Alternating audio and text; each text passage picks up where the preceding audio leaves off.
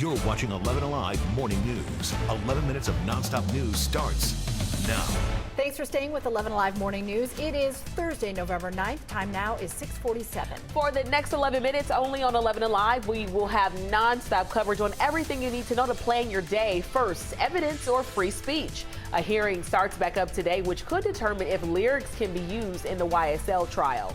And a vital lifeline for childcare and the families that depend on it. I've got details on how millions in funding will help Metro daycares in need. Clouds have moved in through the overnight, but despite those clouds, temperatures will warm back up again today before temperatures cool back down. Details coming up. We kick off your 11 minutes of nonstop news in Atlanta, where for the second time in the last month, the police officer is on the other side of the law. 11 Alive's Erica Murphy is live from APD headquarters with the details of this latest case. Good morning, Erica. He took an oath to protect and serve, but District Attorney Fani Willis says he also abused his position when he sexually assaulted a woman who called 911 for help. Former officer Howard Portis is now a convicted felon. This week, Portis was convicted of aggravated sodomy and violating his oath. The conviction stems from a call he responded to at a woman's home back in 2021. During that encounter, Portis turned off his body cam, and that's when prosecutors say he forced that victim to perform sex acts on him, sodomized her, and then offered her money. This is the second case of abuse within the department just within the last month. Another officer, Anthony Anderson, is now facing charges for allegedly sexually harassing a teen. Both of these cases are very disturbing because police are supposed to protect people from violence.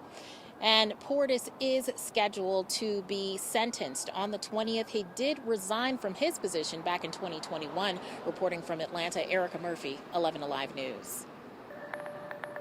That's why no other genre is introduced, because rap music is inherently prejudicial. In a matter of hours in the YSL RICO trial, a judge may rule on the debate whether rap music should be allowed to be used as evidence. The defense for Young Thug and 5 others wants to keep those lyrics out. The prosecution says the lyrics are not protected under the Constitution. It has been nearly 3 months since a man was shot and killed during an attempted dog napping in Buckhead. This morning, his family was going to talk about a lawsuit against the owners of the apartment complex where this happened. 22-year-old Jada McKinnon was killed in August while walking his French bulldogs. According to the lawsuit, it happened at the apartment complex where he lived. In warrants, police say the suspect, David Kenny Jr., admitted to fighting McKinnon over a gun before allegedly shooting him and stealing one of the dogs. That dog was recovered. The lawsuit alleges the gate at the complex was not working properly when the shooting happened, and it hadn't been working for weeks. This morning, millions of dollars are on the way to help fund childcare in one corner of Metro Atlanta. Now, we have learned that $4.5 million will now support nearly 200 childcare providers in Cobb County. Providers say the money offers a vital lifeline, in some cases making the difference between staying open or closing their doors. County leaders also saying the funds not only benefit centers and the kids they care for, it also helps the local economy. Child care is the backbone of our communities.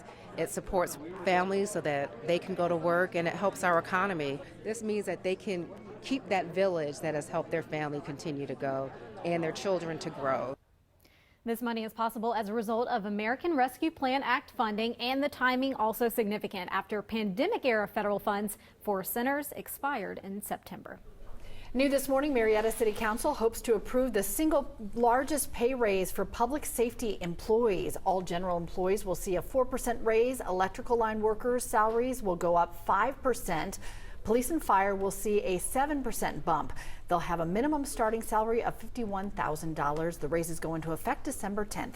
That was a look at your Thursday morning headlines. Getting you out the door on another nice day, Chesley. It is going to be a nice day out there. Temperatures will be on the warm side. You know, my students yesterday had on anything from pants to sweat jackets to short sleeves and short shorts. Some said it was warm, some said it was all right. You know, it's that time of year, folks, where you can probably wear just about anything you want. Temperatures are starting off on the mild side this morning thanks to the extra clouds that we had move in. 50s for the most part, like Rome at 55, Canton, you're at 55 as well. 59 degrees, Marietta, 63. The warm spot in Atlanta right now. You go up here to the north, you find some 40s around. Look at that. Your winter wear forecast calls for the long sleeves to start, but short sleeves by the time we get to the afternoon with temperatures approaching that 80-degree mark. which would be a record for us today if we could tie that 80-degree mark. The clouds will have something to say about that. You're looking at partly sunny skies for much of the day. We need rain. Now, drought monitor will come out later on this morning. Of course, we'll keep you updated on that. But right now, we're a good 7.5 inches below where we should be for this time of year. We got a deficit, folks. We're in a drought. And we'll get the update on that. Certainly, I think that drought probably has increased over the last week. And so we'll continue to keep you updated. But we are anticipating some rain coming in here starting tomorrow. Sprinkles possible today, and we've seen a few of those this morning.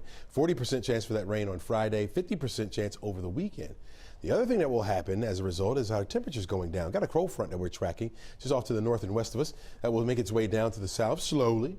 Thanks to the area of high pressure that's down here to the south as well. Our winds out of the southwest, we're pumping in some of that moisture, which is why we're seeing some of those clouds begin to move into the area. And we'll have a mix of it off and on as we head through the day today. At times appearing mostly cloudy, at times will appear partly sunny. Enough of that sun will help to boost those temperatures up a bit, so I'm hoping that we get a chance to tie the record today. You'll notice the sprinkles coming in to the far north tomorrow morning and making their way down toward the metro area by tomorrow afternoon. That's when we'll start to see some of those scattered showers. Could turn moderate on us as we head through Saturday with those off and on showers continuing. In fact, that will continue on Sunday as well. So it will be a soggy weekend for us, cloudy for the most part. Temperatures down into the 50s for highs and then back to the 60s as we begin the work week next week. Thousands of Palestinians are evacuating northern Gaza as strikes from Israel intensify in response to the deadly attack by Hamas. The U.S. and some allies are rejecting calls for a ceasefire. This despite the UN human rights chief saying both sides need to agree to one in order for more aid to arrive there in Gaza. A rally at Georgia Tech happening today is in support of Israel. That vigil is at the Kessler Campanile at 6:30 and is in response to a reported rise in anti-Semitism. They hope to bring people from all faiths together to pray for peace. That is happening at 6:30. And then some groups are demanding today as global shutdown day for Palestine. They're among those demanding a ceasefire in the war. Their rally in March is planned for tonight at the Consulate General of Israel, and there is an overnight sit-in happening as well. Time now is 6:55. It's official. The Actors Union has approved a tentative deal with the world's top studios. A big relief this morning for Georgia's expansive TV and movie industry after a nearly 4-month strike. Just hours ago, the SAG-AFTRA union shared the news on social media, saying they voted unanimously to approve the tentative deal to suspend the strike. The deal will raise pension and health caps, increase compensation for background performers, and help protect actors from AI. Here's some video from overnight of strike supporters celebrating. More than 160,000 actors can now go back to work. There's had such a ripple effect to other workers in the business and supporting industries. The union says they'll announce more celebrations across the country in the coming days. A familiar face on the Braves coaching team is leaving after 7 years. Ron Washington, simply known as Wash around Braves country, is leaving to be the next manager of the Los Angeles Angels. Washington, who is the third base coach, was part of the coaching staff during the Braves World Series win and during the 2022 MLB All-Star Game. Washington was also a manager of the Texas Rangers from 2006 to 2014. During that time, the team appeared in 2 World Series. This afternoon, if you're going out for lunch, don't forget my plate. Looking at 74 degrees with partly sunny skies. I think we're going to hold on to that mix of sunny clouds through the day today. 79 degrees for the afternoon high, so still warm despite those clouds. May get a sprinkle or two out of the clouds, but not much rain today at all. By 6, driving home, temperatures right around 69 degrees under partly cloudy skies. We'll get that rain in here by tomorrow. It looks like it's going to linger right on through your upcoming weekend. The ringing of the bell signals a holiday tradition for the Salvation Army of Metro Atlanta. Today kicks off the Red Kettle campaign. A live look at the King and Queen building in Sandy Springs this morning. Sunrise has happened, but you can see it has been lit up in red for the holiday tradition. You're going to start seeing the bell ringers out at local businesses collecting those donations for the holidays. And as you can see, we are getting in on the festivities wearing our red in support today. Yeah, for them and the start of the holiday Canathon campaign. We're getting ready to start collecting cans. We're going to see out there December 1st. So come on out, help us stack the pantry shelves high and wide for all the families who need a little help. Yeah, I mean, the year has gone so fast, so we are excited to get to this point and just do more giving. 41 years 11 Alive has been doing this. And how long have you been a part of that? 41 years. That's a good thing, Jerry Carr. It's a You're good still thing. here. 100%. We love it.